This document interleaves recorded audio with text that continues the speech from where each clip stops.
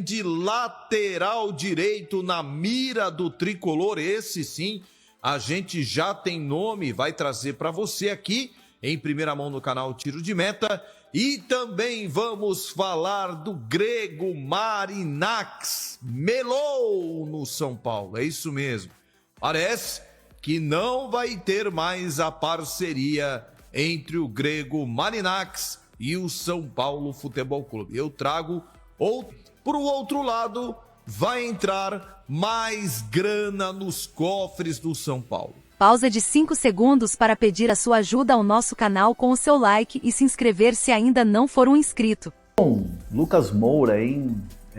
Lucas Moura está se recuperando, ainda não está pronto ou perto de voltar, mas eu preciso dizer para vocês que a infiltração que ele fez, o procedimento que ele fez, né, que foi uma infiltração, não foi uma cirurgia, não foi nada invasivo nesse sentido, mas foi um procedimento ali, uma infiltração que estancou de vez a dor.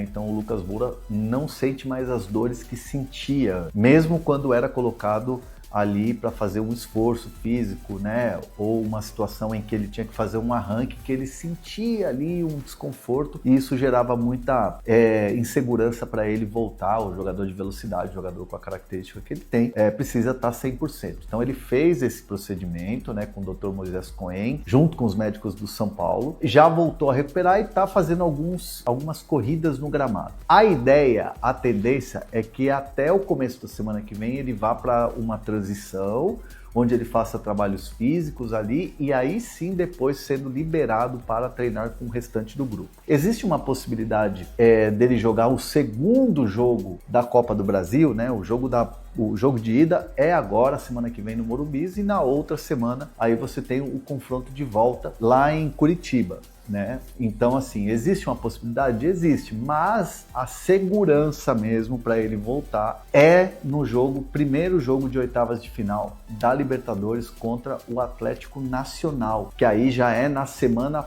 pós, né, uma semana aí depois desses confrontos aí da Copa do Brasil. Então existe essa possibilidade, o São Paulo trabalha com essas possibilidades, mas tudo vai depender, claro, do dia a dia, de como vai evoluindo essa questão da recuperação do Lucas Moura. Agora, mesmo 4 meses depois, mesmo tantas idas e vindas, né, entende-se que o Lucas volta sem dores, com totais condições de ser aquele jogador de explosão, aquele jogador de velocidade, que ele sempre foi, que é uma característica do Lucas Moura. Então, esse é o panorama, esse é o bastidor, e a gente, claro, vai acompanhando e trazendo todas as informações para vocês aqui em relação a essa recuperação do Lucas Moura, beleza?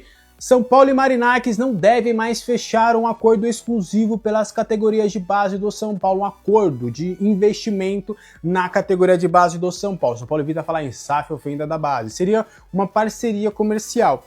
Uma informação que foi dada lá pelo blog do São Paulo, que a gente vai trazer detalhes e contar um pouquinho de alguns bastidores, mesmo que algumas pessoas ali não quiseram falar tanto assim.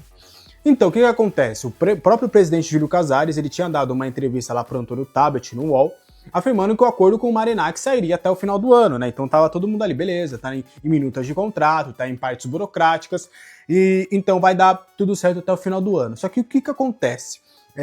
Durante essa transação, durante essas minutas de contrato e revista de estatuto, vendo contas e tudo, descobriu-se ali de que o modelo de negócio que estava sendo feito entre São Paulo e Marinakis, ele feria uma parte ali do Estatuto do São Paulo. E até eu fui perguntar, e fui até enfático para tentar entender qual que seria ali essa brecha no Estatuto que poderia ser quebrada, e não quiseram me falar qual, mas afirmaram que sim, que realmente no acordo que tinha essa quebra no Estatuto, e aí a gestão Casares, obviamente, não queria dar margem, né? Não queria, né, até o próprio Marinakis. Como é que você vai fazer um acordo que pode brecar o Estatuto do clube? Por exemplo, se daqui no próximo ano, quando já não é mais o Casares, o próximo presidente, que vai ser aliado do Casares, mas vai que ele fala, não quero mais isso, ele consegue ali quebrar isso porque fere o Estatuto. Então, para evitar mais complicações, quiseram fazer um novo modelo de negócio. E aí a expectativa era que São Paulo e Marinakis fechassem um novo modelo. Só que aí agora, na informação do blog do São Paulo, é de que o São Paulo mudou totalmente o investimento, e aí agora vai meio que abrir um fundo de investimento de Cotia, onde vários empresários vão poder dar ali a sua verba, vão poder dar a sua quantia. E aí a gente foi tentar, né, conversar com as pessoas para entender mais cenários, mas como diversas coisas dentro do São Paulo, as pessoas preferiram não falar e afirmaram que ainda é uma parte muito interna, né? O que aconteceu muito nesse caso todo de Marinakis, né? É toda uma nebulosidade, é sempre um mas, é sempre um porém, nunca é muito esclarecido. E aí, infelizmente, a gente tenta conversar, mas a gente acabou não conseguindo mais detalhes, o que causa estranheza, né? Porque há a impressão e até a informação do blog do São Paulo seria de que essa estratégia seria para captar ainda mais grana do que com o aporte do Marinakis. Então você conseguiria mais grana em menos tempo, e isso seria benéfico para o clube, mas sendo que você já estava fechado com o Marinakis, aí tem todo esse boato do Marinakis também se aproximando do Textor e tudo mais, lá com as negociações de Botafogo e Nottingham Forest. Então vamos aguardar as cenas dos próximos capítulos para entender de fato como é que vai ser esse cenário de Cotia, esse investimento nas categorias de base para o São Paulo. Lembrando que o Casares com o Marinakis pretendia ser o maior revelador da América Latina, então vamos ver aí as cenas dos próximos capítulos e a gente vai tentar apurar, vai tentar buscar mais respostas, porque realmente nessa situação de Marinakis foi bem difícil. Dele Alli seria um bom reforço para o São Paulo. Ele é meio campista, atualmente ele está no Como da Itália, ele ficou conhecido principalmente por conta das suas partidas no Tottenham, né?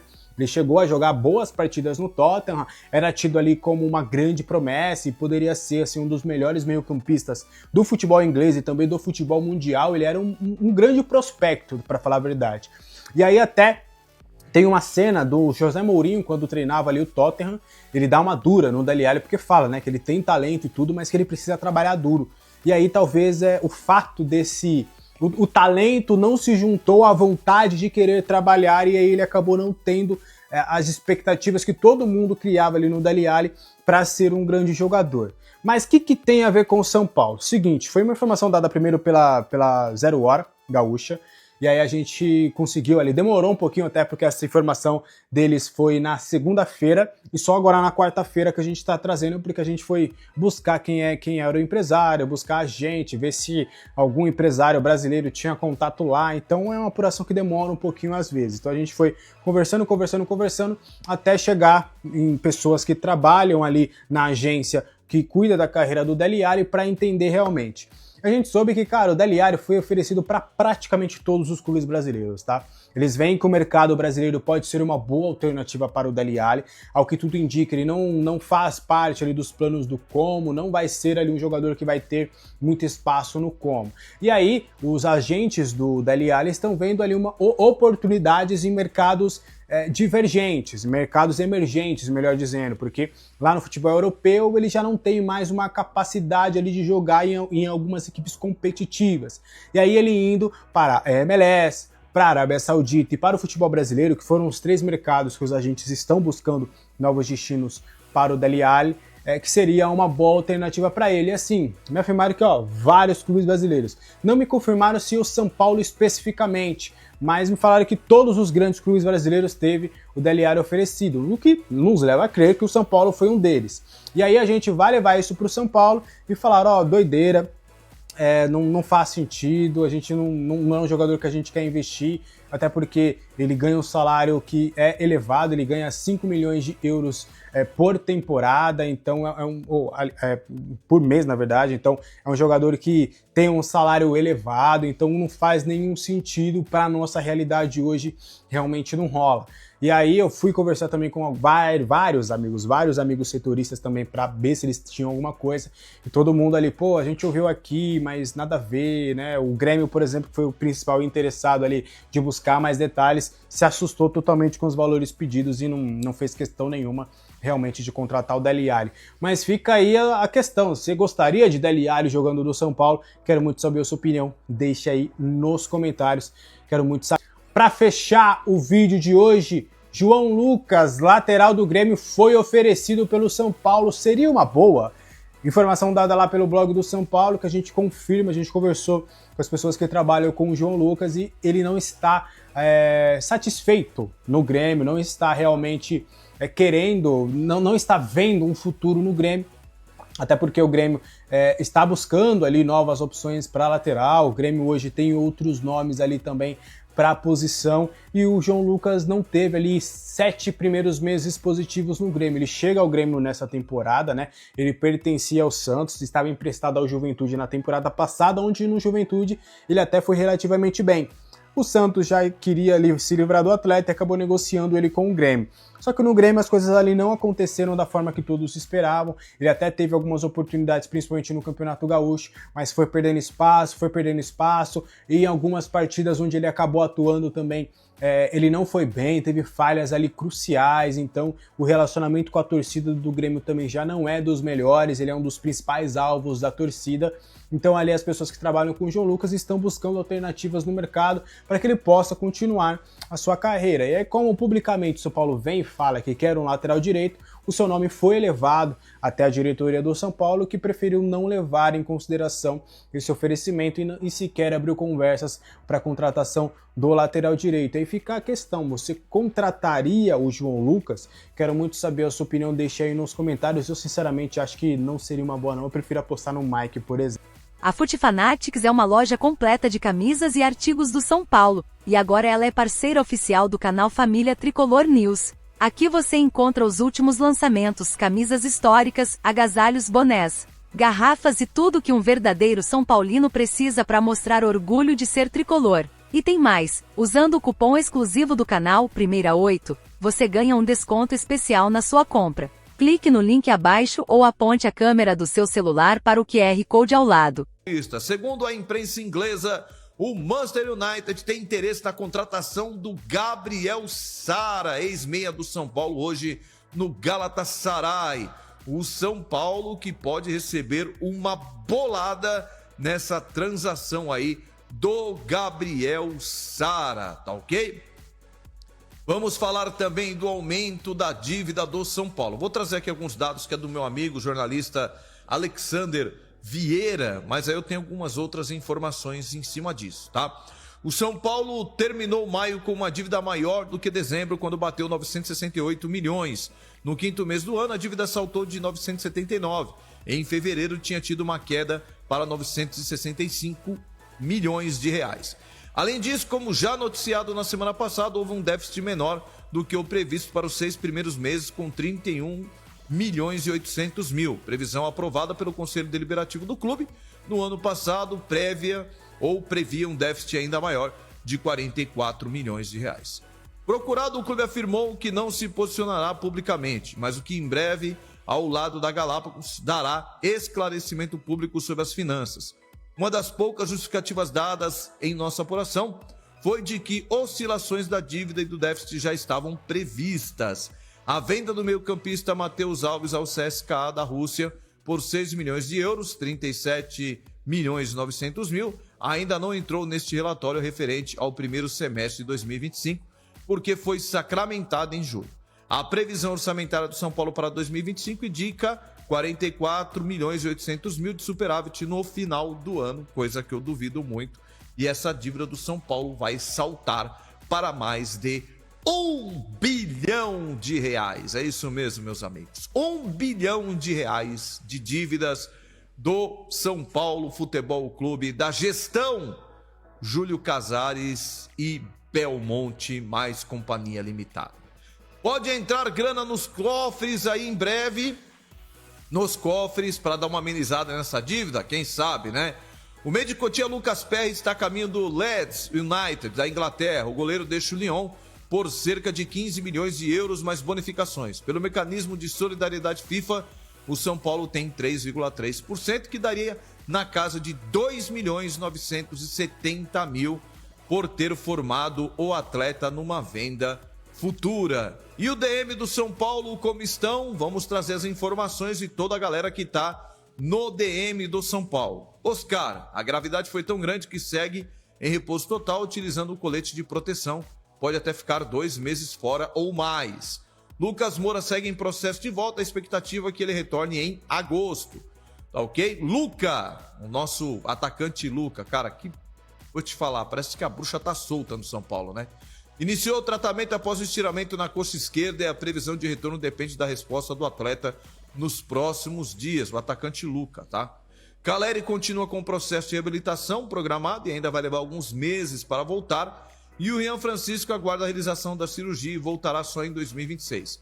Já o Luiz Gustavo segue o cronograma de treinamentos, mas não há uma previsão de quando ele volta para o São Paulo Futebol. Agora vamos falar de Marinacks. Pois é, meus amigos, melou as negociações do Marinacks com a base do São Paulo Futebol Clube.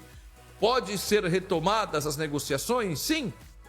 Porém, vai ter que ter muitas mudanças em proposta de contrato, porque, pelo que tudo indica, conselheiros do São Paulo poderiam dar palpites em negociações entre a base do São Paulo e o empresário Marinacks. E o Marinacks, que não é bobo, nem nada, não é bobo mesmo, obviamente que não ia aceitar, né, ter a mão dos dirigentes do São Paulo, mais especificamente os conselheiros, dando palpites em negociações, ou seja, falando o que pode, o que não pode ser feito, e aí seria uma problemática para o São Paulo. E ainda tem algumas coisas no contrato que realmente não dariam certo, e aí já estão tentando reformular uma nova ideia, uma nova proposta para tentar resgatar o interesse do empresário com o São Paulo Futebol Clube, que já está tirando o time fora de campo, que já está saindo fora e que já está achando que o São Paulo é uma grande fria. E eu acho que ele não está errado, não. Dependendo de como for os negócios, se o cara não for ligeiro, obviamente que hoje investir no São Paulo com esses dirigentes aí, eu digo que não é uma fria, mas é uma gelada. E o Marinacks não é bobo. Se não houver mudanças ainda no estilo de proposta do contrato, mas mudanças que realmente tragam interesse para o empresário, não terá condição nenhuma do Marinacks fazer um acordo com o tricolor paulista. Por fora, o São Paulo já vai viabilizando uma forma de o empresário ser uma espécie de investidor e tal, aquele negócio que eu acho que o Marinacks não vai cair. Por isso, para mim, melou a história do Marinacks no São Paulo. Ou se você quer saber, para mim, mais uma cortina de fumaça da diretoria medíocre do São Paulo Futebol Clube. Começaram o vídeo falando com vocês que o Luiz Gustavo e depois do Lucas Moura. O Luiz Gustavo, ele, tipo assim, fez aniversário, São Paulo parabenizou, ele deu entrevista e fala que quer jogar no São Paulo, não quer ir embora. O Luiz Gustavo, ele é um excelente primeiro volante, né? Que falta um pouco de velocidade, mas ele tem um tempo de bola bem legal. Vacilou um dia aí, entregando, deu um passe errado, mas assim, é um jogador muito técnico, né?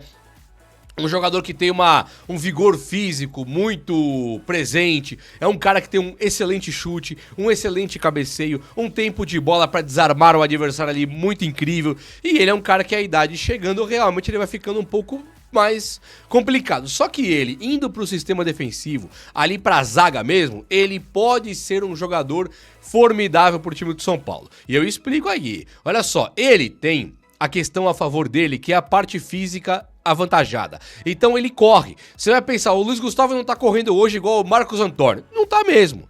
A idade não permite mais. Ele tem aquela passa dá o dobro da altura do Marcos Antônio. É difícil ele correr como o Marcos Antônio, como, sei lá, aí o Wendel, como o Ferreirinha. Não corre, os caras são muito baixinhos. Ele é muito alto. Então ele indo pra zaga, ele tem o sistema de marcação com ele, tanto bola para desarmar com o pé, como de cabeça. E aí ele é um jogador que também tem o passe a seu favor. Muitos técnicos modernos querem colocar um zagueiro canhoto na esquerda para sair jogando. Tanto que o Crespo, quando assume o São Paulo, o Crespo ele coloca o Sabino contra o Flamengo. Tinha Ferrarese, tinha Alan Franco, tinha o Arboleda, ele coloca o Sabino. Porque o Sabino bate com a perna esquerda só por isso. E aí então o Sabino não dá conta do recado, perde a vaga, entra o Alan Franco pra lá e o Ferrarese pra direita. Com o Luiz Gustavo voltando e o São Paulo procurando zagueiro, o Luiz Gustavo será um zagueiro do São Paulo e eu não sei você, mas eu tô empolgado com a história, quero realmente ver o que tá acontecendo. O Lucas Moura, dia 6 de agosto, não volta antes do dia 6 de agosto. Isso é uma boa notícia? Até pode ser, porque se fosse a perder de vista, não tem previsão nenhuma, tudo isso vai levando para um desânimo da gente, né? Nós estamos precisando do Lucas Moura, precisamos do cara para Libertadores. Aí você tem um jogo de Libertadores, ele estará de volta para pegar o Atlético Nacional de Medellín? Acho ideal sim. Então se ele não voltar agora, nós estamos no dia hoje 23 de julho. Tem um jogo agora que ele perde. O próximo jogo vai ser lá pro dia 30, 31, dia 1. Aí, perdendo aquele jogo, no próximo ele já pode estar apto a jogar pelo São Paulo. Ele teve ali uma interferência, que o médico injetou um bagulho no joelho dele atrás ali, pra dar uma fortificada, pra deixar ele mais forte. E ele voltando em 2, 3 jogos já é uma grandiosa de uma notícia. O Oscar tá pra voltar lá pra outubro. Então o Lucas Moura falando que não volta antes de 6 de agosto, mas voltando dia 7, 8, pode ser uma coisa maravilhosa. E o Lucas é um cara muito disciplinado que quer jogar pelo São Paulo e a coisa fica boa, fica maravilhosa, hein? Olha só, deixa eu falar uma coisa aqui. O Alan Franco encaminhou com o São Paulo a renovação contratual. Gilbão, mas peraí, encaminhou a renovação e renovou, assinou? Ainda não. Mas o Alan Franco, ele tem tudo apalavrado com o time do São Paulo e o São Paulo tá tranquilaço de que vai renovar com o Alan Franco. O jogador quer ficar, o São Paulo quer que ele fique. Os staffs ali, o agente, o staff dele, parece que ele tem a dívida, uma grana para receber do São Paulo ainda. E o São Paulo não paga o cara. É inacreditável de pensar. Assim, falaram o que eu penso do Belmonte e do Casares, sabe? O Alan Franco não renovou ainda porque vocês devem pro staff do cara que prometeram pagar uma grana lá e não pagaram. Então assim, isso já é vergonhoso, né? Isso é ridículo, isso não é da grandeza do São Paulo. Os caras querem dar calote aí, eu não sei nem se é calote ou não, mas parece que é. Né, o São Paulo deve pro cara, devia pro Crespo, e conseguiu trazer o Crespo de volta, vai pagar não sei como, e agora o Alan Franco, que não estava renovando com o São Paulo por conta dessa dívida que o São Paulo tinha para com os agentes dele. Essas são as notícias. Olha só, Júlio Casares e Belmonte, as notícias que eu trouxe aqui do Alan Franco são notícias dos próprios jornalistas que vocês abrem as portas da Barra Funda. Quem que tem as informações, algumas aí, são os caras que disseram que não vai ter entrave para o Alan Franco renovar com o São Paulo, mesmo com o São Paulo devendo pro agente dele. Então, tipo assim, não é que o São Paulo pagou o agente, não tem mais dívida, acabou e agora o Alan Franco caminho aberto. Não, não, não. É tipo assim, a dívida continua, mas o São Paulo não tem grana, mas vai conseguir renovar com o Alan Franco e que a dívida com o agente do cara não vai ser nenhum entrave. Porra, beleza então, né, meu? Eles que são grandões lá, eles que se entendam. Nem vou me preocupar. Quero o Alan Franco no São Paulo, é tudo que compete a mim. Alan Franco, um abençoado de um maravilhoso que joga pra caramba, joga muito futebol, muito mesmo, é do nível do Arboleda, se é que é possível, que o Arboleda, ele também merece um lugar aí no São Paulo na prateleira primeira ali, porque o Arboleda, ele não jogou com o Miranda, com o André Dias, com o Lugano, Fabão, você fala, jogou com os caras ali que é fácil, né? Jogou ele, o Lugano e o Fabão, é fácil. Jogou o André Dias, o Miranda e o Arboleda, é fácil. Não passa nada, e se passar por ele, para no outro. Aí é simples. Agora, o cara jogou com um bando de Zé Mané jogando com ele. O Alan Franco e o Beraldo, sim, 2 monstros. Mas tirando esses 2, o Alan Franco jogou com uns companheiros bem questionáveis, bem ruinzinhos mesmo, e o Arboleda sempre detonou. E agora com o Alan Franco, ele é o que o Beraldo deveria ser. Um zagueiro que se perpetuou ali no São Paulo e não sai mais. Já que o Beraldo saiu, era um fetiche do Paris Saint-Germain, do Barcelona, os caras vieram e levaram, tudo bem, levou o Beraldo. Alan Franco ficou, deu conta do recado, é o nosso Beraldo aqui, tá maravilhoso, e agora o São Paulo vai renovar e tá tudo perfeito. E aí, ó, o Atlético Mineiro, depois eu continuo aqui, tem muita coisa pra falar do Moreira e do Mike também, ó, Ferreirinha, André, o vídeo tá da hora, tá bacana, e a nova função do Alisson. Além de mais coisa que nós estamos falando aqui.